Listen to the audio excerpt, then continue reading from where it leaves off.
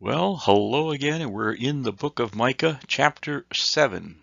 So this will be the last chapter of Micah, and this has been a good study. I've enjoyed learning so much about Micah and learning of the era in which he lived. Remember that Micah spoke, prophesied both to the southern kingdom and also to the northern kingdom, whereas Hosea and Amos were all addressing the northern kingdom, and Jonah, as you know, was addressing the plight in Nineveh. So Micah chapter 7, verses 1 to 20. And he starts out by saying this: Woe is me, for I am like a fruit picker, like the grape gatherers of the vintage. There's not a cluster of grapes to eat, or a first ripe fig which I crave. The godly person has perished from the land. There is no upright person among them, among men. All of them lie in wait for bloodshed. Each of them hurts the other or hunts the other with a net.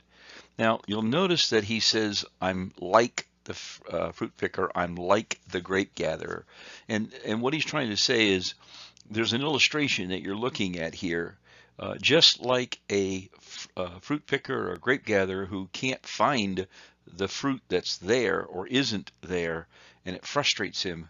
What Micah is saying is that I am trying to find godly people and I can't find them. Now, he says, I'm like the grape gatherer. Now, that's an important word because that word means gleanings. So it's not talking about a person going out there and picking up the grapes from the beginning. This is the person that goes back the second time. And remember in the Old Testament, what the Lord said was, when you go through a field, get all of the fruit, the grapes, the vines, whatever you're picking up, get all of them, but don't go back over the line a second time.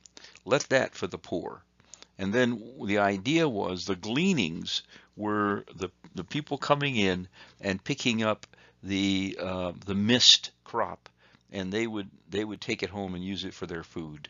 And what he's saying is, I am just like those individuals, and I go back and after the grapes have been gone over that first time, I'm not finding clusters of grapes. I'm not finding the first ripe fig, which I crave. And what he's saying is the good men that used to be found in clusters, they're not there. There's here and there a berry, is what Benson says. And the first ripe fig, which is the early fig, they're gone. Um, and so what he says is, I crave those things. Now, it's interesting because that word means to covet, but in a good sense, or sometimes a bad sense.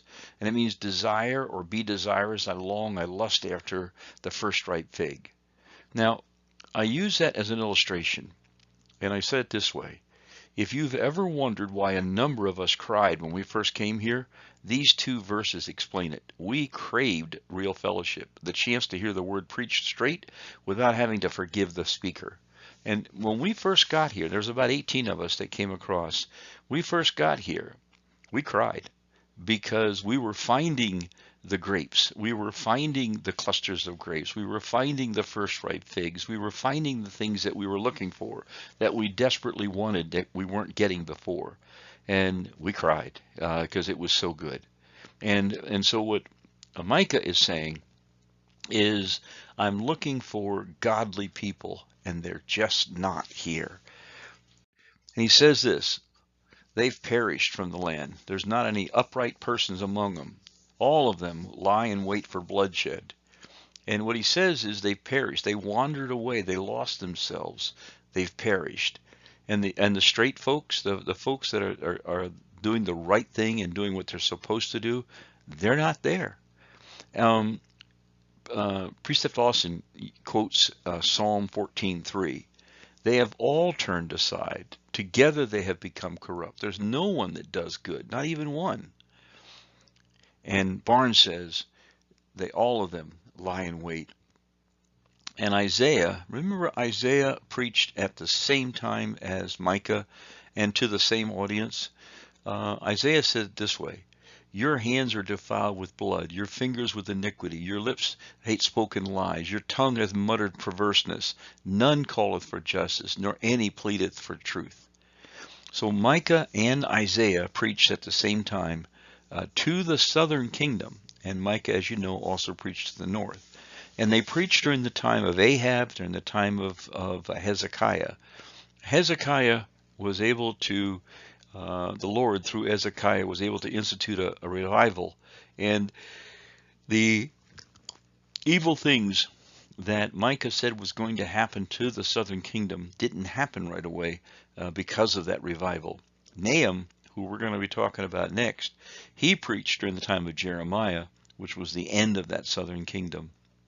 And so both Micah and Isaiah, his counterpart, are saying the same thing. The nation was evil. The nation was bad. And he said, concerning evil, both hands do it well. The prince asks, also the judge, for a bribe. And a great man speaks the desires of his soul.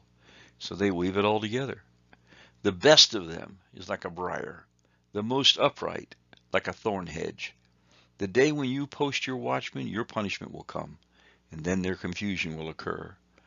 So he says, and this is Barnes, literally, upon evil both hands do well. That is, both their hands are upon evil to do it well, or they're earnestly doing evil. And Precept Austin says they were ambidextrous. That's how good they were at being bad. Because it says in Proverbs 4:16, they can't sleep unless they're doing evil. And Precept Austin says they did it well because they practiced it. They practiced evil. And it says it talks about the great man speaking the desire of his soul. And basically it's saying the great man said, I want, and you name it, and they got it. And that's what the life was like. And remember back a couple of chapters ago, he talked about that. He said the very people that should have been protecting the people were robbing the people. The prophet, the priests, the leaders were all robbing the people. And he is saying here, your time is coming. It will catch up to you. And he says, the day when you post your watchmen, and this is a good statement. It says the watchmen on the city wall were to warn citizens of danger. And here in Micah 4:7, they were to warn of the judgment of God. But tragically, watchmen wouldn't help. For Micah says, in the day you post a watchman, your punishment will come. It's like the one follows the other without a pause. The day of the watchman will be the day of destruction. And what God is saying is, I've put up with it, I've put up with it, I've put up with it, enough. So he says, this is what their life was like. Do not trust in a neighbor. Do not have confidence in a friend. From her who lies in your bosom, guard your lips. For son treats father contemptuously, daughter rises up against her mother, daughter-in-law against her mother-in-law. A man's enemies are the men of his own household. And he says, don't trust in them. Don't foster them. Don't put yourself in their care. And that word confidence, it means to quickly go for refuge. And so whereas before you could go to a friend and say, look, I need help. I need you to explain something. I need your help. And he says, you can't do that. And he says, literally, guard your mouth with thorns. Now that's an interesting statement. And he says, the passage reminds you of Paul's warning to Timothy. In the last days, difficult times will come. For men will be lovers of self, lovers of money, unloving. And that word unloving it means without family love. So he's saying, while it's natural for people not natural for people to love God or the things of people of God, it's natural for them to love their own families. And what Paul is saying to Timothy is, in the last days, people aren't going to love anybody. People are going to hate everybody. People are going to be non-trustworthy. And honestly, if you look around at our world right now, we're there. We are absolutely in that kind of an environment. So here in verse 7, Micah makes a pivot. He has been talking about how bad it was currently in the southern kingdom. But he's making a switch now. And you're going to see from here to the end of the chapter that he is looking forward. He starts out by saying, "But as for me, I will watch expectantly for the Lord. I will wait for the God of my salvation. My God will hear me." And so what he says is, "But as for me," and Wiersbe puts it this way, he said this is a turning point. This verse is the bridge that connects the sections on sin and judgment with the closing sections of hope. You're going to see this as we move closer to the end. And he says, "I'm going to watch expectantly." And that word means to lean forward, to peer into the distance, by implication to observe or to await. So Micah is saying, I'm looking for the Lord. My head's forward. My body is forward. My eyes are trained. I want to see the Lord. And McKiskey, Mick Komsky, there we go. He said it's worth noting that 1 out of 20 verses in the New Testament speaks directly or indirectly about the coming of the Messiah. Such spirit-inspired prevalence is undoubtedly meant to cause all God's children to keep looking. And so I looked it up, and it's 7,957 verses in the New Testament, and that works out to about 400 of those verses are talking about the second coming. And then he says, "My God will hear me." Now, this word "hear" is the same word that we have used throughout this whole study. If you remember, the book of Micah is broken into 3 sections, each one starting with this word "hear." And what he's saying is reversing this, where as opposed to the Lord saying to the judges and the priests and the prophets, "Hear me," what Micah is saying is God hears him. And when you look at that, it says this, that the Septuagint changes the words to say it this way: "My God will hearken to me." And so, whereas the Lord has wanted his people to listen to him, and they just weren't, Micah was assured and at peace that God was listening to him. And like I said, the Septuagint says, "My God will hearken unto me." He was excited about that. So he says to his enemies, "Don't rejoice over me, O my enemies. Though I fall, I will rise. Though I dwell in darkness, the Lord is the light for me. I will bear the indignation of the Lord because I have sinned against him, until he pleads my case and executes judgment for me. He will bring me out to the light, and I will see his righteousness." And so what he's saying is, enemy, you might want to quit mocking me, because my God is my light. He's shining for me. He's illuminating my path, and he's going to bring me to the light. And he says, and I'm going to bear the indignation of the Lord. But what he's saying is, I'm going to lift it up. Why? Because I'm guilty. That's what he said, because I've sinned against him. And so Micah, looking at himself, looking at his nation, and realizing that God was punishing the nation for what they were doing wrong, what he's saying is, he's punishing us because we're wrong, and we'll bear it. But he's going to bring us out. And when he brings us out, you need to quit mocking us. And we're thinking about the fact that this is really like the Psalm of David. When David was accused of sin, and he sinned very badly, he didn't try to make excuses for it. He went flat on his face and said, "Lord, I'm guilty." And that's in Psalm 51. He says this, "Have mercy on me, O God, according to your unfailing love, according to your great compassion, blot out my transgressions, wash away all my iniquity, and cleanse me from sin. For I know my transgression, my sin is always before me. Against you and you only have I sinned and done this evil in your sight, so that you're proved right when you speak and you're justified when you judge. Surely I was sinful at birth, sinful from the time my mother conceived me. Surely you desire truth in the inner parts. You teach me wisdom in the uttermost place. Cleanse me with hyssop, and I will be clean. Wash me, and I will be whiter than snow. Let me hear the joy and gladness. Let the bones that you have crushed rejoice. Hide your face from my sins and blot out all my iniquity. Create in me a pure heart, O God, and renew a steadfast spirit within me. Don't cast me from your presence or take your Holy Spirit from me.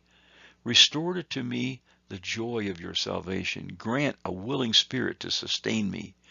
And then I will teach transgressors your ways, and sinners will turn back to you. Save me from blood guilt, O God, the God who saves me, and my tongue will sing of your righteousness. O Lord, open my lips, and my mouth will declare your praise. You do not delight in sacrifice, else I would bring it. You do not take pleasure in burnt offerings.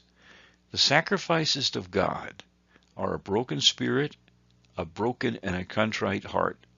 Now, if you change the wording on that, not wording, but the spelling, it's a broken and contrite heart, O God, you will not despise. In your good pleasure, make Zion prosper. Build up the walls of Jerusalem. Then there will be righteous sacrifices, burnt offerings to delight you. Then bulls will be offered on your altar. You see what he's saying?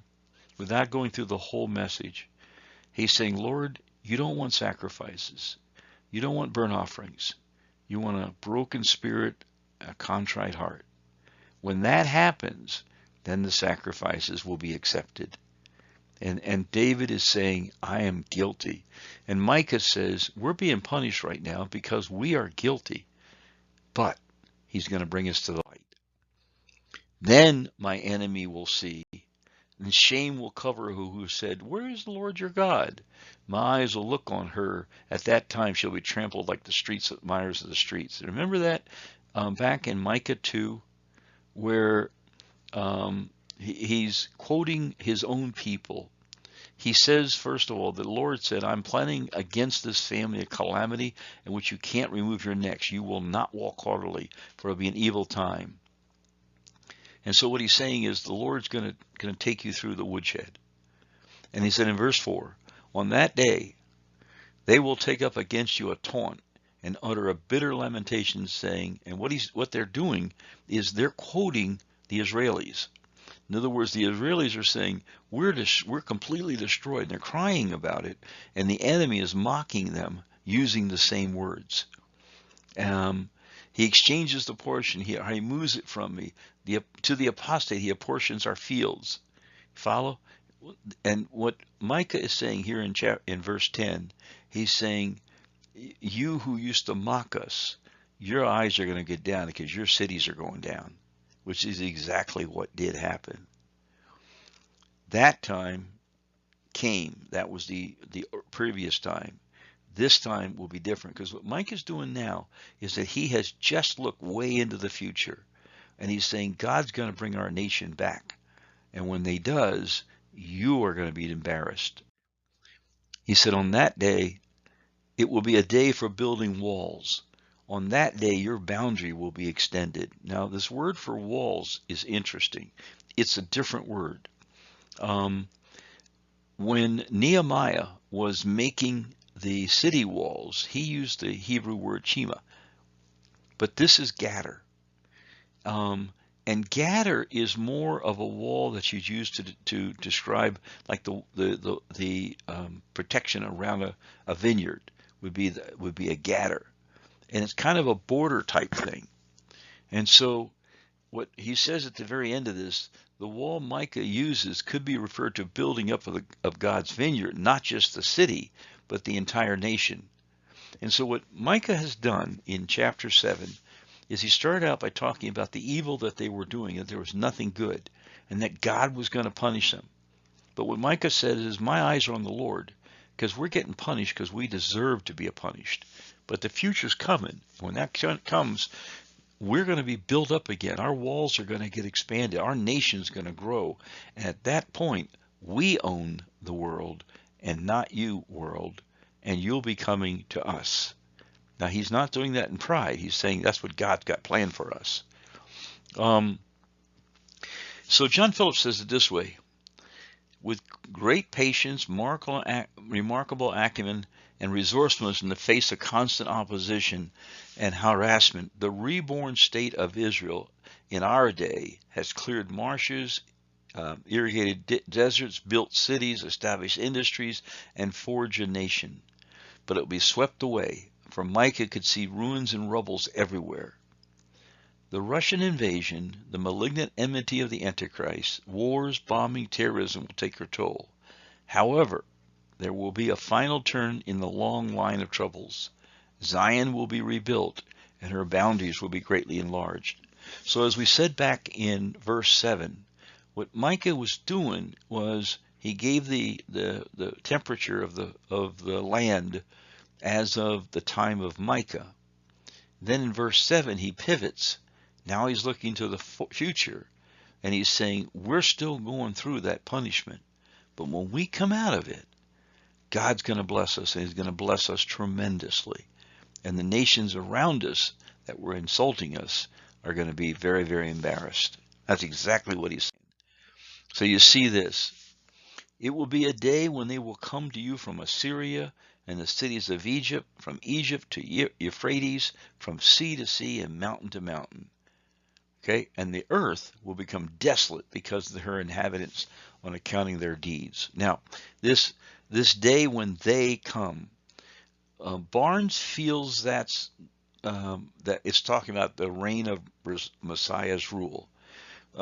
Benson, Clark, K&D, they all think it's the return of the Jewish people.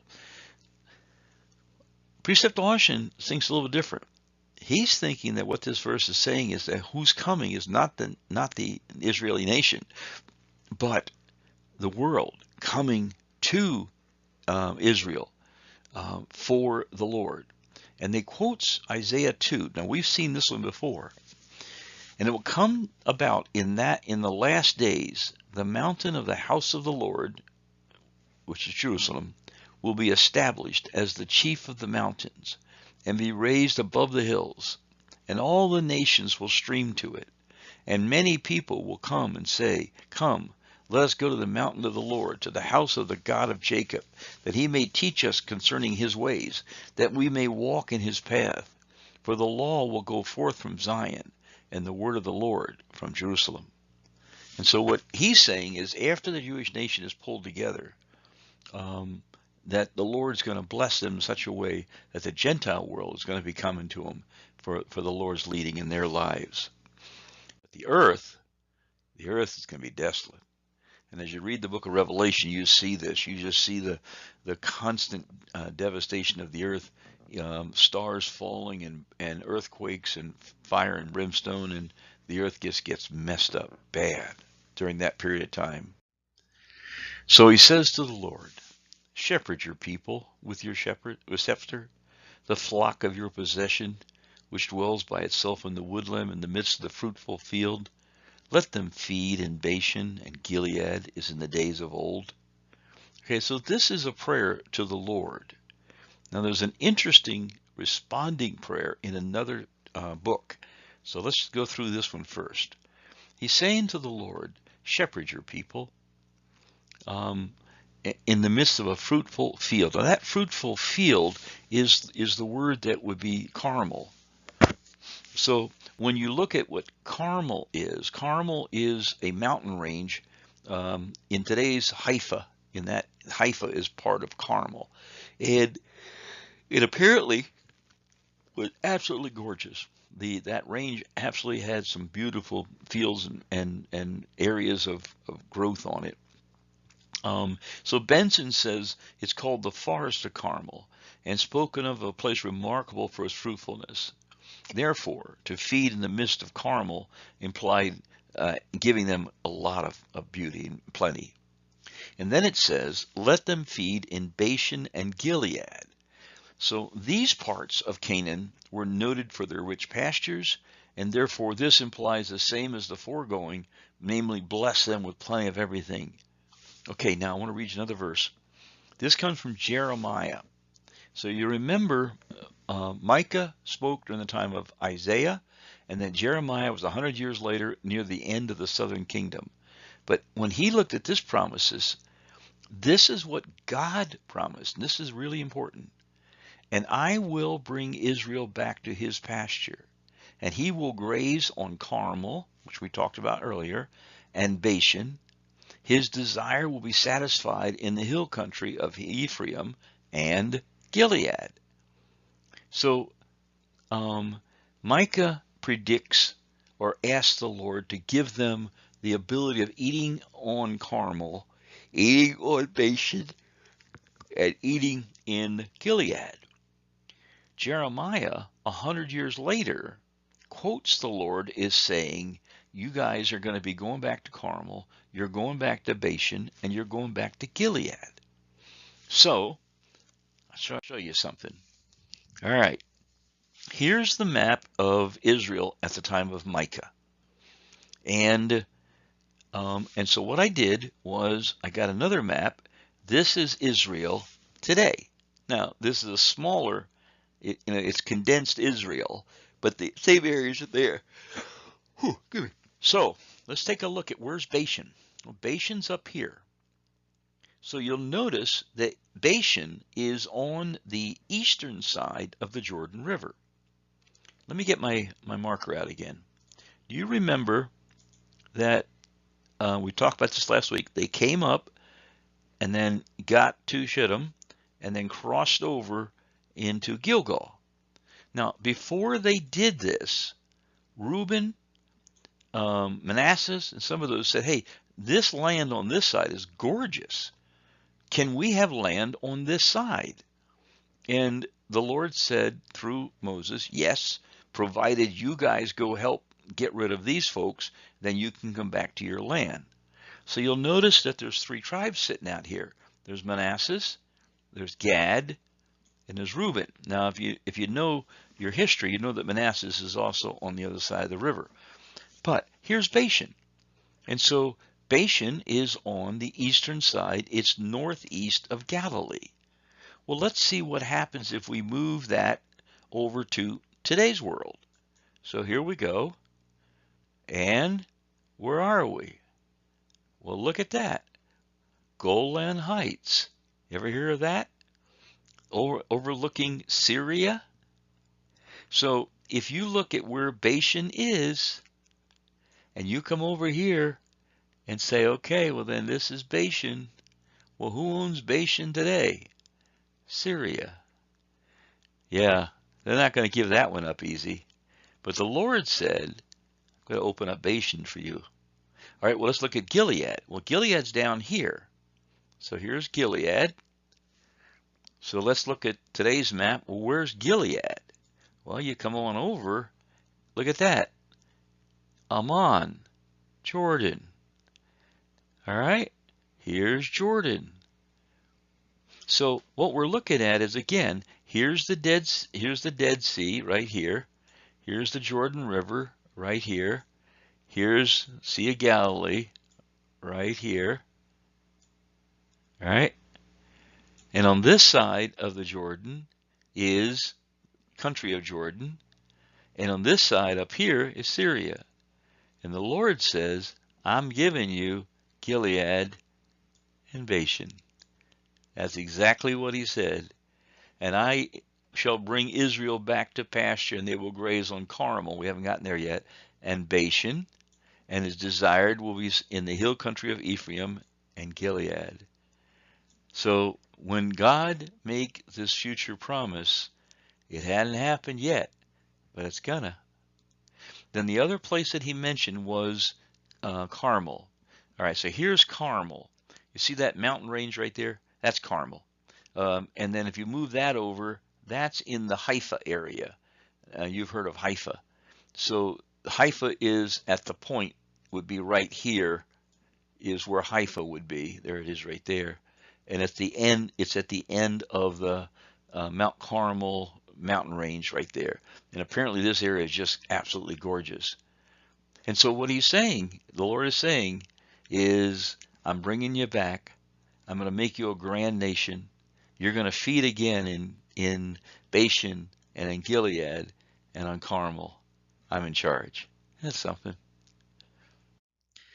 So he says, as in the days when you came out of Egypt, I'm going to show you some miracles. Well, if he gave those 2 areas to the Lord today, of the Lord to give it to Israel today, that would be a miracle. Nations will see and be ashamed of all their might. They will put their hand to their mouth, their ears will be deaf. They will lick the dust like a serpent, like reptiles of the earth. They will come trembling out of their fortresses. To the Lord our God will they come in dread, and they will be afraid before you.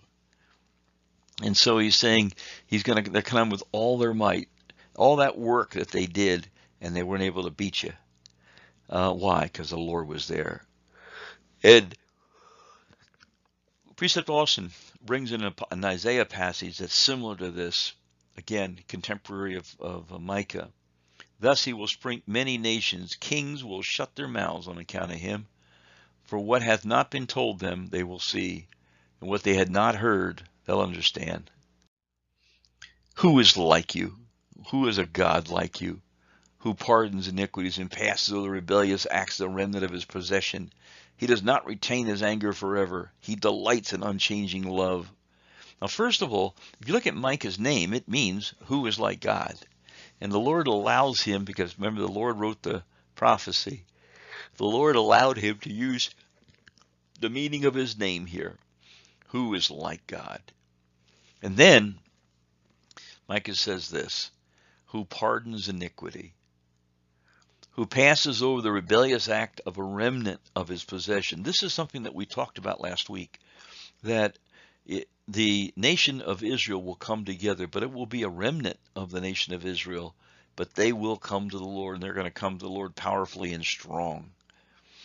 He does not retain his anger. In fact, he loves love.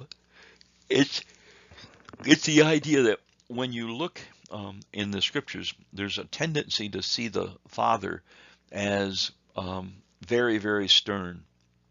But at the same time, he evidences his love again and again and again and again. And that's what you're seeing right here. So he says this, he will have compassion on us. He will tread our iniquities underfoot. He will cast all of our sins into the depths of the sea. Now, if you remember, that is a phrasing that we saw in the New Testament. We saw in the New Testament where, as far as the east is from the west, so my sins are taken away. And what he's saying is, for those that have submitted themselves to him, he's going to have compassion. He's going to forgive us of our sins. He's going to throw our sins away. And that word compassion comes from a Hebrew word that has the meaning of womb. So the word compassion has as its source another word which has the idea of womb, suggesting a connection between the place of the developing child and the strong feelings of love a mother has for her child. So the idea is, it says the word means to feel someone's pain so deeply you're moved to do something about it. And that's what he's saying, is he has compassion on us. He is moved with compassion on us. And so that's what everybody is saying about this ending of the book of Micah, is that Micah is very direct as far as his people were concerned. Micah knew that when he predicted there were members of people he knew, families that he knew, that were going to go through some horrible times. And it got to him. More than once in Micah, he talks about crying and woe is me and so forth. And at the same time, he had to give out the Word of God. And so he has this emotional feeling, but he's also giving out the Word of God. And he says that not only does Micah have that compassion, but the Lord himself has that compassion. And it's interesting that this word is only used one time in the scriptures of a person having a compassion for God. All the rest of them are God's compassion for mankind. We go to the last verse of the last chapter of Micah, and that is this. You will give truth to Jacob, and unchanging love to Abraham, which you swore to our forefathers from the days of old. Now, Precept Austin really explains something. There's two people mentioned here.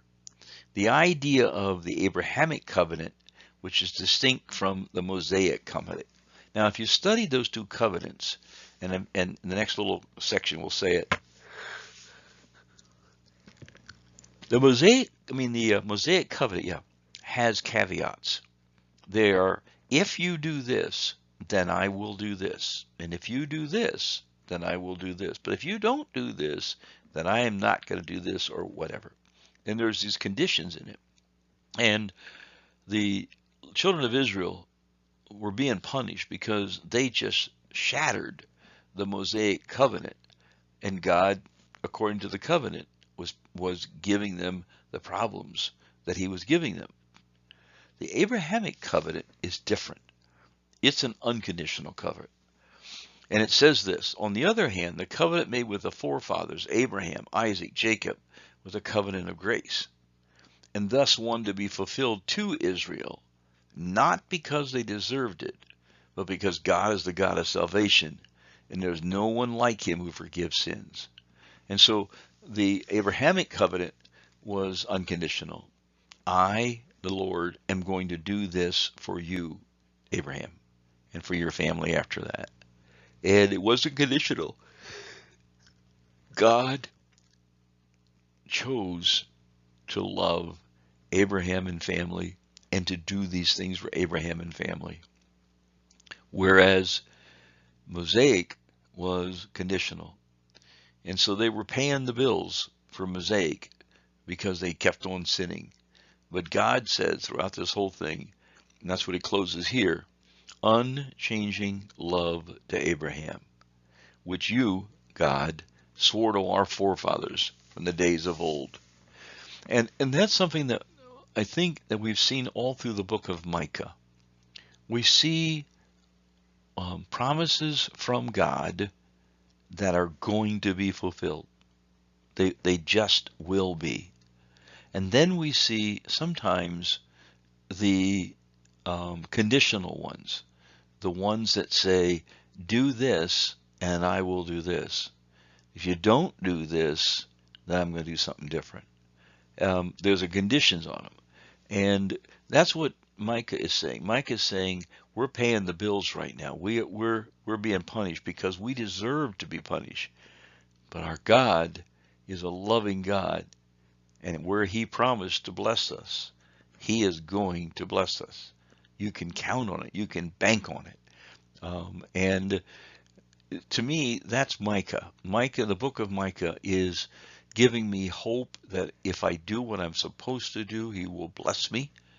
And then there's parts of his blessings that are purely unconditional. He just loves me. He loves you. He cares about me. He cares about you. And he wants us to win.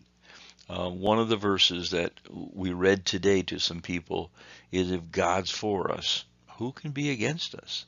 If he gave his only son to die for us, how can he not with his son not give us everything? That's our God. And this has been a very, very good study, and I'm hoping that you really enjoyed it. Thank you.